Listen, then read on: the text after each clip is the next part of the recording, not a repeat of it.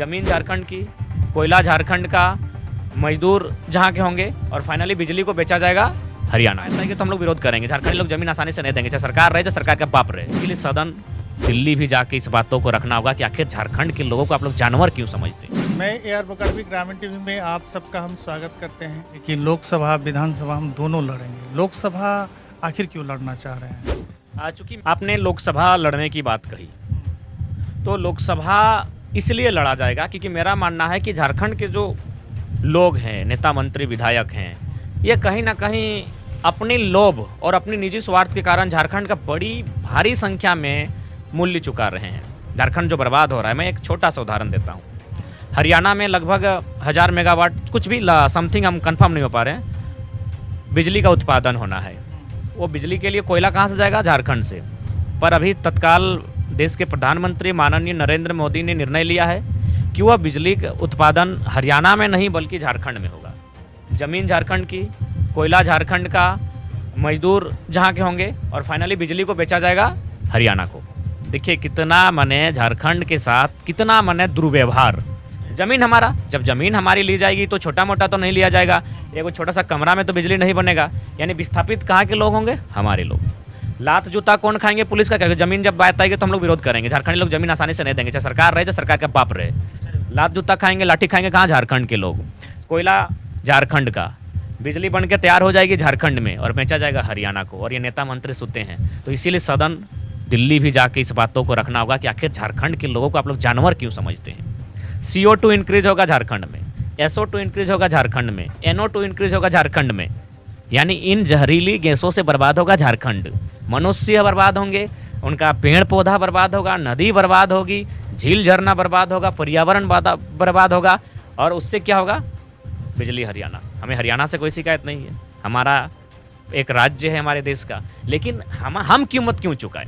हमारे छाल को उतार कर उनके लिए मांदर क्यों बनाया जाए? मेरा सीधा कहना है, अपनी भाषा में समझिए, कि झारखंडियों के चाम को छील कर, हमारे खाल को उधेड़ कर हरियाणा के लिए मांदर क्यों बजाया जाए? उनके लिए क्यों बनाया जाए?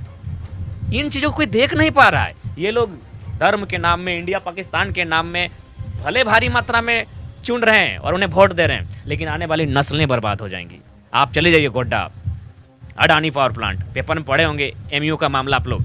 यहाँ कहीं दर्ज ही नहीं है कि झारखंड को 25% बिजली देने का शर्त होगा। बिजली कहाँ? झारखंड की माटी में। विस्थापित कौन लोग हैं? झारखंड के। उसमें तो और एक मजेदार बात सामने आई है, जो कि हमें लगता है अंध भक्तों को इस बात को समझना चाहिए। कोयला आया है ऑस्ट्रेलिया से। कहाँ कोयला आता है? गोड्डा। गोड्डा में बिजली बनता है, जाता कहाँ है? बांग्लादेश। तो अगर दूरी देखा जाए तो हमको लगता है ऑस्ट्रेलिया से चाहे 200 किलोमीटर हो या 500 किलोमीटर हो, बांग्लादेश सामने पड़ेगा। तो यदि बांग्लादेश को ही बिजली देना था अडानी कंपनी को, तो कोयला को बांग्लादेश में लेके आता, वहाँ बिजली का उत्पादन करता। लेकिन बांग्लादेश के लोग, देखिए, आप भले बोलिए बांग्लादेश को आप माने इंडिया पाकिस्तान और इंडिया बांग्लादेश करके उसको कम ना किए, लेकिन आपसे होशियार हैं, उन्होंने जमीन नहीं दिया। क्यों? जहाँ बिजली का उत्पादन होगा वहाँ जो भी माने जहरीली गैसें हैं उनकी माने उत्सर्जन क्षमता बढ़ेगी। दूसरी बात, पर्यावरण डिस्टर्ब होगा। उन्होंने स्पष्ट कहा हमको बिजली चाहिए लेकिन हम जमीन नहीं देंगे। तो जमीन कहाँ मिलेगी? सबसे बेवकूफ लोग हैं। पशु समान कौन है? झारखंड। आदिवासी मूलवासी, ये पशु समान है, जानवरों के समान है झारखंड के लोग। कोयला ऑस्ट्रेलिया से आता है गोड्डा में, गोड्डा में बिजली उत्पादन होता है। और ये किसी छुपा नहीं है, गोड्डा का टेम्परेचर आप देख सकते हैं। आज 2 साल पहले का टेम्परेचर का मिलान कीजिए और आज के टेम्परेचर का मिलान कीजिए, लगभग 4-5 माने डिग्री सेल्सियस आपका डिग्री बढ़ चुका है। तो इससे क्या होगा? क्या नहीं प्रभावित होगा?